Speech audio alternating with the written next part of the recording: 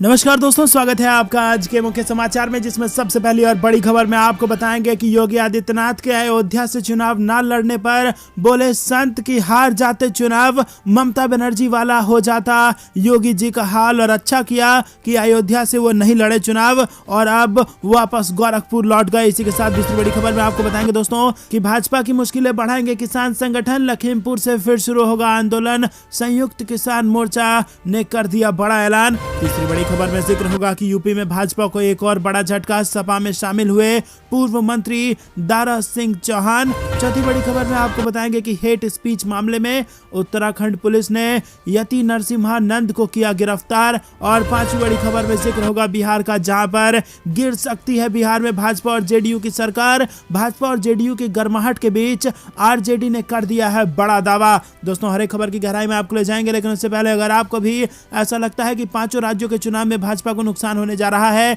और उत्तर प्रदेश में बदलाव की लहर बह चुकी है, तो वीडियो लाइक करके अपना समर्थन जरूर दर्ज कराइए। दोस्तों, 3000 लाइक के लक्ष्य को पूरा कराइए और साथ ही साथ अगर चैनल पर नए हैं तो रोज इस प्रकार की खबरों के लिए लाल बटन को दबा के चैनल को सब्सक्राइब करके रख लीजिए और घंटी बजाकर कमेंट में लिखिए जय हिंद। दोस्तों, रुक करते हैं सबसे पहली और बड़ी खबर की तरफ। योगी के अयोध्या से चुनाव न लड़ने पर बोले संत हार जाते चुनाव, अच्छा किया नहीं लड़े चुनाव यहां से। जी हां दोस्तों, उत्तर प्रदेश के मुख्यमंत्री योगी आदित्यनाथ के अयोध्या से चुनाव लड़ने के कयास लगाए जा रहे थे, लेकिन जब भाजपा ने शनिवार को अपनी पहली सूची जारी की तो योगी आदित्यनाथ को गोरखपुर शहर विधानसभा सीट से उतारा गया। इसके बाद अखिलेश यादव ने भी तंज कसा कि चुनाव से पहले ही भाजपा ने योगी को उनके घर का रास्ता दिखा दिया है। वहीं योगी ने पलटवार करते हुए कहा कि बबुआ न घर के रहेंगे न घाट के रहेंगे। तो दोस्तों, आपको बता दें कि योगी आदित्यनाथ पर तंज कसा गया कि वापस अपने घर चले गए हैं योगी आदित्यनाथ और पार्टी ने ही उनको गोरखपुर भेज दिया है। कभी कह रहे थे कि यहां से लड़ेंगे, वहां से लड़ेंगे, मथुरा से लड़ेंगे, अयोध्या से लड़ेंगे, लेकिन अब वो गोरखपुर से लड़ेंगे।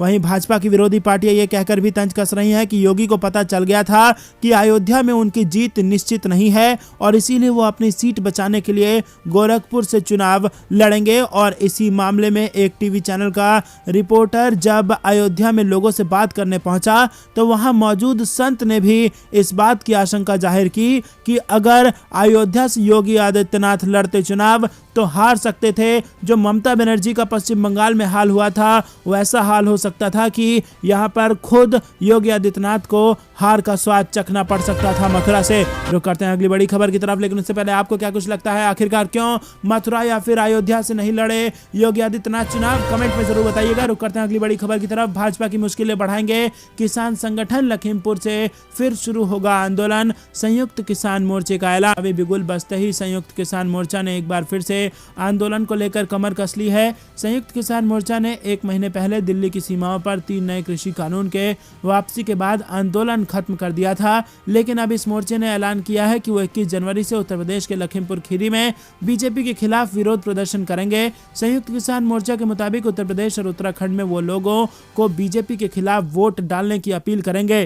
किसान संगठन अपने आंदोलन के दौरान किसानों के खिलाफ केस वापस लेने की मांग करेंगे। साथ ही वो पिछले साल अक्टूबर में लखीमपुर खीरी में 8 किसानों की मौत का मुद्दा भी उठाएंगे। बता दें कि मंत्री अजय मिश्रा के बेटे पर पिछले साल प्रदर्शनकारी किसानों की गाड़ी से कुचलकर हत्या करने का आरोप लगा हुआ है। तो करते हैं अगली बड़ी खबर की तरफ, जिसमें आपको बता दें कि उत्तर प्रदेश में बीजेपी को एक और बड़ा झटका, सपा में शामिल हुए पूर्व मंत्री दारा सिंह चौहान। जी हां दोस्तों, यूपी विधानसभा चुनाव से पहले बीजेपी छोड़ने वाले नेताओं के बीच समाजवादी पार्टी में शामिल होने की होड़ सी मच गई है।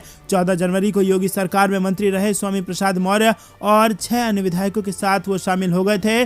और इस बीच आज बीजेपी की योगी सरकार में वन एवं पर्यावरण मंत्री पद से इस्तीफा देने वाले विधायक दारा सिंह ने भी समाजवादी पार्टी ज्वाइन कर ली है। आपको बता दें कि सपा सुप्रीमो अखिलेश यादव की मौजूदगी में रविवार को पूर्व मंत्री दारा सिंह चौहान ने सपा की सदस्यता ली और इस बीच बड़ी संख्या में क्षत्रिय समाज के लोगों ने पार्टी की सदस्यता ग्रहण की। पूर्वांचल के मजबूत नेता कहे जाने वाले दारा सिंह चौहान ने कहा कि सपा में आज बड़ी संख्या में लोग ज्वाइनिंग कर रहे हैं। रुक करते हैं अगली बड़ी खबर की तरफ। हेट स्पीच मामले में उत्तराखंड पुलिस ने यति नरसिम्हानंद को कर लिया गिरफ्तार। जी हां दोस्तों, धर्म संसद में भड़काऊ भाषण देने के मामले में जितेंद्र त्यागी उर्फ वसीम रिजवी की गिरफ्तारी के बाद शनिवार देर शाम को धर्म संसद कोर कमेटी के सदस्य महामंडलेश्वर यति नरसिम्हानंद गिरी को भी गिरफ्तार कर लिया गया है। गिरफ्तारी के बाद संतों में आक्रोश आक्रोश फैल गया है। गिरफ्तारी से कुछ समय पहले ही धर्म संसद कोर कमेटी ने सांभवी आश्रम में बैठक करके 3 दिन से अनशन कर रहे यति नरसिंहानंद और अमृतानंद अनशन खत्म करने को राजी हो गए थे। तो दोस्तों आपको बता दें कि यति नरसिंहानंद को कर लिया गया है गिरफ्तार। जो करते हैं अगली बड़ी खबर की तरफ, जो कि बिहार की चुनाव से जुड़ी आ रही है। दोस्तों आपको बता दें कि बिहार में किसी भी वक्त गिर सकती है सरकार। भाजपा जेडीयू की गर्माहट के बीच आरजेडी ने कर दिया बड़ा दावा। दरअसल दोस्तों पिछले एक हफ्ते के अंदर बिहार की सियासत खासी गर्म हो गई है। राज्य और केंद्र की सरकार में शामिल 2 प्रमुख दलों भाजपा और जेडीयू के नेता एक दूसरे पर तीखे शब्द बाण छोड़ रहे हैं। शराबबंदी पर दोनों दलों के स्टैंड में फर्क अब साफ नजर आने लगा है। सम्राट अशोक के बहाने अलग ही खिचड़ी पक रही है। उधर उत्तर प्रदेश में जेडीयू ने भाजपा किया है और इसके साथ ही कई लोगों को लगने लगा है कि भाजपा और जेडीयू अब एक दूसरे से दूर होने का बहाना ढूंढने लगे हैं। और इस बीच लालू यादव और तेजस्वी यादव की पार्टी ने दावा किया है कि बिहार की सरकार जल्द ही जाने वाली है। आपको बता दें आरजेडी प्रवक्ता मृत्युंजय तिवारी ने कहा कि भाजपा और जेडीयू में अब शराबबंदी पर भी घमासान मच गया है और खरमास खत्म हुआ नहीं कि खेल शुरू हो गया। जेडीयू और भाजपा के प्रवक्ता एक दूसरे के नेताओं को अपमानित कर रहे हैं, रगड़ा झगड़ा बता रहे हैं कि बिहार की सरकार जाने वाली है और ये महीना भारी पड़ेगा। शराबबंदी सफल करने की जिम्मेदारी जिनके पास है वो सत्ता के नशे में चूर होकर आपस में लड़ रहे हैं। सारी बीमारियों की एक ही दवाई है, सरकार की विदाई। जिसमें रुक करते हैं अगली बड़ी खबर की तरफ। मात्र 10% महिलाओं को टिकट, महिला विरोधी है भाजपा। उम्मीदवारों की लिस्ट पर कांग्रेस पार्टी ने किया हमला। जी हां दोस्तों, उत्तर प्रदेश विधानसभा चुनाव के लिए बीजेपी ने 107 उम्मीदवारों की पहली लिस्ट जारी कर दी है। वहीं कांग्रेस ने इस लिस्ट को लेकर बीजेपी को महिला विरोधी बताया। कांग्रेस ने कहा कि बीजेपी ने अपनी 107 उम्मीदवारों की लिस्ट में सिर्फ 10% महिलाओं को ही टिकट दिया है। कांग्रेस नेता आराधना मिश्रा ने कहा कि बीजेपी हमेशा से महिला विरोधी राजनीति करती रही है और ये कभी भी महिलाओं के हितों के लिए काम नहीं कर सकती है और ये उम्मीदवारों की पहली लिस्ट में साफ नजर आ रहा है। उन्होंने कहा कि वहीं दूसरी ओर कांग्रेस हमेशा महिलाओं के सम्मान और उनकी सुरक्षा के लिए खड़ी है। कांग्रेस ने हमेशा भाजपा सरकार की दमन की नीतियों का विरोध किया है। रुक करते हैं अगली बड़ी खबर की तरफ। देश में आ चुका है कोरोना की तीसरी लहर का पीक। 24 घंटे में मिले 2,71,000 से ज्यादा केस, लेकिन रिकवरी भी हुई जबरदस्त। जी हां दोस्तों, भारत में कोरोना संक्रमण की रफ्तार धीमी पड़ी है। कल की तुलना में आज सिर्फ 3,000 अधिक नए मामले सामने आए हैं। आपको बता दें कि 3 दिनों से ये ट्रेंड दिख रहा है। कल यहाँ 2,68,000 नए मामले सामने आए थे, तो वहीं महामारी के 2,71,000 केसों की पुष्टि आज की गई है। और स्वास्थ्य और परिवार कल्याण मंत्रालय के मुताबिक देश में अभी 15,50,377 एक्टिव मामले हैं। और आपको बता दें कि एक्टिव केस का प्रतिशत 4.18% है। केंद्र सरकार के आंकड़ों के मुताबिक बीते 24 घंटे में 2,71,202 नए मामले सामने आए हैं। वहीं 1,38,331 मरीजों ने महामारी को मात दे दी है। रिकवरी रेट में लगातार सुधार का ट्रेंड दिखा रहा है। और आपको बता दें कि देश में कोरोना का रिकवरी रेट 94.51% है। यानी कि दोस्तों 100 में से 95 लोग ठीक हो जा रहे हैं। और अब तक देश में 3,50,85,721 मरीज स्वस्थ भी हो चुके हैं। रुक करते हैं अगली बड़ी खबर की तरफ। यूपी में बढ़ते कोरोना के बीच सभी स्कूल और कॉलेज 23 जनवरी तक के लिए कर दिए गए हैं बंद। जी हाँ दोस्तों, यूपी में बढ़ते कोरोना और ठंडक के कारण राज्य में 23 जनवरी तक छुट्टियां बढ़ाई गई हैं। और इसकी जानकारी अपर मुख्य सचिव सूचना नवनीत सहगल ने दी। आपको बता दें कि यूपी में कोरोना तेजी से बढ़ रहा है और उत्तर प्रदेश में 24 घंटे में 17,185 नए मरीज के साथ ही प्रदेश में एक्टिव केस की संख्या 1 लाख से पार हो गई है। अकेले लखनऊ में रविवार को कोरोना वायरस से 2,761 लोगों को इसकी जद में कोरोना वायरस ने ले लिया और सबसे ज्यादा आलमबाग में 445 मरीज मिले हैं। संक्रमित मरीजों का आंकड़ा लगातार बढ़ रहा है। अधिकारियों का कहना है कि कोरोना संक्रमितों के संपर्क में आने वाले सभी लोगों की जांच कराई जा रही है। राहत की बात है कि इस बार पहली व दूसरी लहर के मुकाबले मरीजों के अस्पताल भर्ती की जरूरत कम पड़ रही है। दोस्तों रुक करते हैं अगली बड़ी खबर की तरफ। फिलहाल नहीं मिलेगी कड़ाके की सर्दी से राहत। दिल्ली, यूपी समेत कई राज्यों में अगले 4 दिन कैसा रहेगा मौसम, ये आपको बता दें दोस्तों कि दिल्ली, एनसीआर समेत उत्तर पश्चिम भारत के लोगों को फिलहाल ठंड से राहत नहीं मिलने वाली है। मौसम विभाग के अनुसार अगले 3 से 4 दिनों तक उत्तर पश्चिम भारत के कुछ हिस्सों में घना से बहुत घना कोहरा छाया रहेगा। भारत मौसम विज्ञान विभाग ने कहा कि अगले 2 दिनों के दौरान पश्चिमी हिमालयी क्षेत्र, पंजाब पंजाब, हरियाणा, चंडीगढ़, दिल्ली, मध्य प्रदेश और राजस्थान में अलग अलग हिस्सों में रात या सुबह के घंटों में घना से बहुत घना कोहरा छाया रहेगा और अगले 4 दिनों के दौरान पूर्वी उत्तर प्रदेश में और 18 से 20 जनवरी के दौरान उड़ीसा और झारखंड में घना कोहरा छाया रहेगा। रुक करते हैं अगली बड़ी खबर की तरफ, जो कि कानपुर से आ रही है। चुनावी सीजन में जबरदस्त कैश हुए हैं बरामद, 2 गाड़ियों में मिले 58 लाख रुपए। जी हाँ दोस्तों, उत्तर प्रदेश के कानपुर में इत्र कारोबारी के घर से सैकड़ों करोड़ मिलने के बाद अब यहाँ पुलिस को रोड पर चलने वाली गाड़ियों से लाखों का कैश मिल रहा है। शनिवार को 2 थाना क्षेत्रों में 58 लाख रुपए कैश पकड़ा गया है और इसमें 8 लाख रुपए जब्त किया गया है, जबकि 50 लाख की जांच हो रही है। पुलिस इस समय कानपुर में सड़कों पर गाड़ियों में चेकिंग करके कैश ले जाने वालों के खिलाफ अभियान चला रही है। 58 लाख से ज्यादा कैश अभी तक हो चुका है बरामद। रुक करते हैं अगली बड़ी खबर की तरफ। यूपी इलेक्शन 2022, अखिलेश यादव का सीएम योगी पर तंज, कहा जनता से पहले पार्टी ने भेज दिया घर। जी हां दोस्तों, उत्तर प्रदेश विधानसभा चुनाव 2022 के लिए बीजेपी ने 107 प्रत्याशियों की सूची जारी कर दी है। पार्टी ने मुख्यमंत्री योगी आदित्यनाथ को गोरखपुर शहर से चुनावी मैदान में उतारा है और इस बीच अखिलेश यादव ने ट्वीट कर मुख्यमंत्री योगी पर तंज कसा है कि गोरखपुर की जनता से पहले ही पार्टी ने इनको वापस घर भेज दिया है। इसी के साथ समाजवादी पार्टी सुप्रीमो ने ट्वीट करके कहा कि कभी इन्होंने कहा मथुरा, कभी कहा अयोध्या और अब कह रहे हैं गोरखपुर। जनता से पहले इनकी पार्टी ने ही इनको वापस घर भेज दिया। दरअसल इनको टिकट मिली नहीं है, इनकी वापसी की टिकट कट गई है। और इसके आगे अखिलेश यादव ने स्लोगन लिखा कि यूपी कहे आज का नहीं चाहिए भाजपा। तो दोस्तों, क्या आप भी ऐसा मानते हैं कि यूपी कहे आज का नहीं चाहिए भाजपा? वीडियो लाइक करके समर्थन दर्ज करा के अपनी बात हम तक पहुंचाइए। 3000 लाइक का लक्ष्य है दोस्तों, इसको पूरा करवाइए। रुक करते हैं अगली बड़ी खबर की तरफ। किसान फिर शुरू करेंगे आंदोलन, मांगों पर सरकार को 31 तारीख तक का अल्टीमेटम, 1 फरवरी से शुरू करेंगे मिशन यूपी और उत्तराखंड। जी हां दोस्तों, संयुक्त किसान मोर्चा ने सरकार पर वादा खिलाफी का आरोप लगाते हुए फिर से आंदोलन का बिगुल फूंक दिया है और इस कड़ी में 31 जनवरी हरियाणा, उत्तर प्रदेश समेत कई राज्यों में जिला व तहसील स्तर पर फिर से धरने दिए जाएंगे। इसके बाद भी सरकार ने सुनवाई नहीं की तो 1 फरवरी को मिशन यूपी और उत्तराखंड शुरू करने का बड़ा निर्णय लिया जाएगा। मोर्चे ने आरोप लगाया है कि सरकार ने वादे के अनुसार काम नहीं किया। आंदोलन स्थगित किए जाने के 1 महीने बाद भी उनकी मांगों को पूरा नहीं किया गया और इसमें एमएसपी से लेकर मुकदमे वापस तक की मांगे शामिल हैं। साथ ही कहा गया है कि चुनाव लड़ने वाले संगठन या सदस्य फिलहाल मोर्चे का नाम का इस्तेमाल नहीं कर सकेंगे और इस बारे में 4 महीने बाद समीक्षा की जाएगी, जिसके आधार पर आगामी निर्णय लिया जाएगा। तो दोस्तों, आपको बता दें कि जिनको किसान आंदोलन से चुनाव लड़ना है वो चुनाव लड़ सकते हैं, लेकिन किसान आंदोलन का नाम वो नहीं ले सकेंगे। और इसी के साथ केंद्र सरकार को फिर से दे दिया गया है अल्टीमेटम, 1 फरवरी से शुरू हो सकता है मिशन यूपी और उत्तराखंड, क्योंकि इनका मानना है कि जो लोग जेल में भरे गए हैं, जो किसान, उनके ऊपर जो मुकदमे वापस किए जाने थे वो अभी तक पूरा नहीं हुआ है और एमएसपी पर भी जो वादा किया गया था वो पूरा नहीं हुआ है। और अगर 31 तारीख तक वादे पूरे नहीं हुए तो फिर से जाम हो जाएगी दिल्ली। रुक करते हैं अगली बड़ी खबर की तरफ। बेरोजगारी के मुद्दे पर राहुल गांधी ने साधा पीएम मोदी पर निशाना। जी हां दोस्तों, कांग्रेस के पूर्व अध्यक्ष राहुल गांधी ने बेरोजगारी, महंगाई और नफरत के माहौल को लेकर शनिवार को केंद्र की भाजपा सरकार पर निशाना साधा।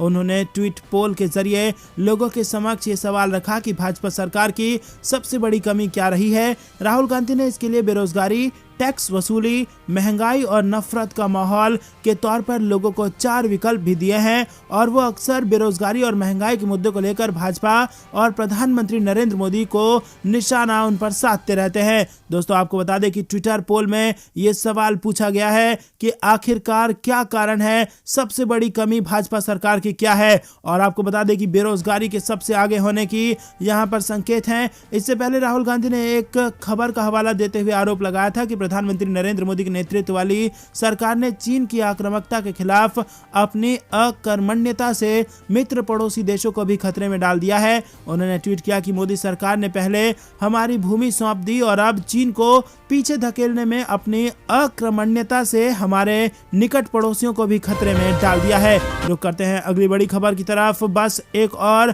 फिर सपा में नहीं लाऊंगा भाजपा का कोई विधायक, अखिलेश यादव का बड़ा बयान। जी हां दोस्तों, विधानसभा चुनाव को लेकर समाजवादी पार्टी, बीएसपी समेत भाजपा ने भी उम्मीदवारों की पहली और दूसरी सूची जारी कर दी है। शनिवार को भाजपा द्वारा जारी की गई उम्मीदवारों की सूची पर समाजवादी पार्टी के अध्यक्ष अखिलेश यादव ने मुख्यमंत्री योगी के गोरखपुर शहर से चुनाव लड़ने को लेकर कटाक्ष किया। किया। उन्होंने कहा कि भाजपा ने तो योगी को पहले ही उनके घर भेज दिया है। भाजपा प्रत्याशियों की पहली सूची जारी होने के कुछ देर बाद सबकी अब वो भाजपा के किसी विधायक को अपनी पार्टी में शामिल नहीं करेंगे और वो जिसके टिकट काटना चाहते हैं काट दें। हालांकि बाद में उन्होंने एक और को सपा में शामिल करने की बात कही। पार्टी मुख्यालय पर आयोजित संवाददाता सम्मेलन में अखिलेश यादव ने तंज कसते हुए कहा कि कभी कहते थे मथुरा से लड़ेंगे, कभी कहते थे अयोध्या से लड़ेंगे, कभी कहते थे प्रयागराज से चुनाव लड़ लेंगे। मुझे खुशी इस बात की है कि भाजपा ने उन्हें पहले ही उनके घर भेज दिया है। रुक करते हैं अगली बड़ी खबर की तरफ, जो कि चुनाव के नए नियमों से जुड़ी आ रही है।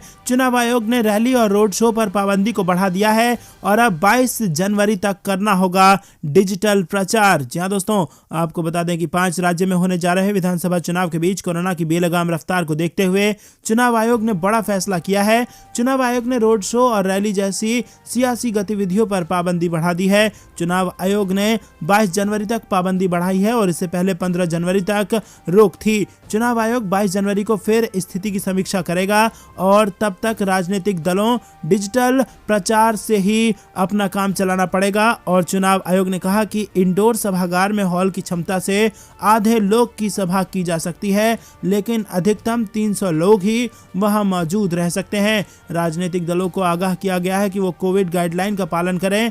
राज्य और जिला निर्वाचन अधिकारियों को सख्त ताकीद की गई है कि कोविड प्रोटोकॉल के मद्देनजर सभी राजनीतिक दलों के नेताओं, कार्यकर्ताओं और जनता की गतिविधियों पर पैनी निगाह रखें। रुक करते हैं अगली बड़ी खबर की तरफ। टेस्ट कप्तानी छोड़ते हुए विराट कोहली ने महेंद्र सिंह धोनी का किया जिक्र। जी हां दोस्तों, भारतीय बल्लेबाज विराट कोहली ने टेस्ट प्रारूप की कप्तानी से इस्तीफा दे दिया है। T20 इंटरनेशनल क्रिकेट की कप्तानी छोड़ने के बाद उनका मन था कि वो वनडे और टेस्ट की कप्तानी करें, लेकिन भारतीय टीम के चयनकर्ताओं ने उनसे वनडे इंटरनेशनल टीम की कप्तानी छीन ली। इसके बाद उन्होंने सिर्फ एक टेस्ट सीरीज कप्तान के तौर पर खेली और उसमें मिली हार के बाद इस फॉर्मेट से भी कप्तानी छोड़ने का फैसला। इसके लिए विराट कोहली ने एक बयान जारी किया। आपको बता दें कि विराट कोहली ने अपने ट्विटर पर शेयर किए गए बयान में कहा कि टीम को सही दिशा में ले जाने के लिए 7 साल तक कड़ी मेहनत और अथक लगन से हर दिन काम किया। दोस्तों रुक करते हैं अगली बड़ी खबर की तरफ। यूपी में दनादन इस्तीफों के बाद बैकफुट पर आई भारतीय जनता पार्टी और अब महज 10-15% ही टिकट काटेगी भाजपा। जी हां दोस्तों, 3 मंत्रियों और 6 विधायकों के इस्तीफा देकर सपा जाने के फैसले से भाजपा बैकफुट पर है। 3 दिन तक दिल्ली में यूपी चुनाव और टिकट वितरण को लेकर चली बैठक में भाजपा ने अपनी रणनीति बदल दी है और तय ये किया गया है कि अब तक 40 से 50% टिकट काटने की बात करने वाली भाजपा अब सिर्फ 10 से 15% विधायकों के टिकट ही काटेगी। यूपी चुनाव के लिए भाजपा ने 3 सर्वे कराए थे और इसमें 2 सर्वे में 100 से ज्यादा सीटों पर विधायकों को फिर से चुनाव लड़ने पर हार जाने का खतरा सामने आ रहा था। इससे यूपी संगठन ने पहले 150 और फिर 70 से 100 विधायकों के टिकट काटने का मन बना लिया था। संगठन के कुछ लोगों ने मौजूदा विधायकों को ये बात बताना भी शुरू कर दिया था कि आप जीत नहीं पाएंगे, इसीलिए आपका टिकट नहीं हो सकता है और इससे विधायकों ने दूसरे दलों का आसरा देखना शुरू कर दिया था।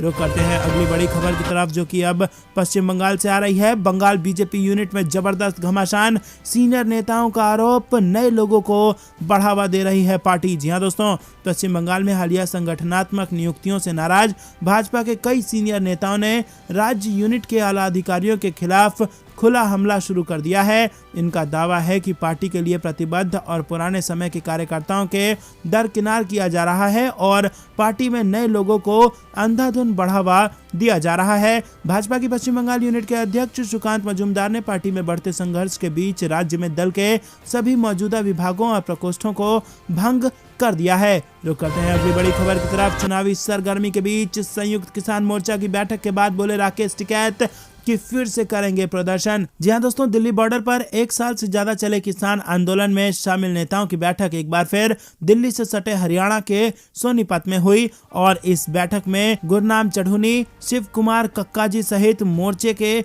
सभी नेता मौजूद हैं और बैठक में भारतीय किसान यूनियन के राष्ट्रीय प्रवक्ता राकेश टिकैत भी पहुंचे हैं। रुक करते हैं अगली बड़ी खबर की तरफ। यूपी में चुनावी सरगर्मियों के बीच चंद्रशेखर आजाद ने भरी हुंकार, बोले बीजेपी को सत्ता में नहीं नहीं लौटने देंगे वापस। जी हाँ दोस्तों, आपको बता दें कि भीम आर्मी के प्रमुख चंद्रशेखर आजाद ने कहा कि मेरी अखिलेश यादव से पिछले 6 महीने में काफी मुलाकातें हुई हैं और इस बीच सकारात्मक बातें भी हुई हैं। और इसी के साथ उन्होंने बीजेपी को सरकार बनाने से रोकने के लिए हर प्रकार के प्रयास करने की बात कही।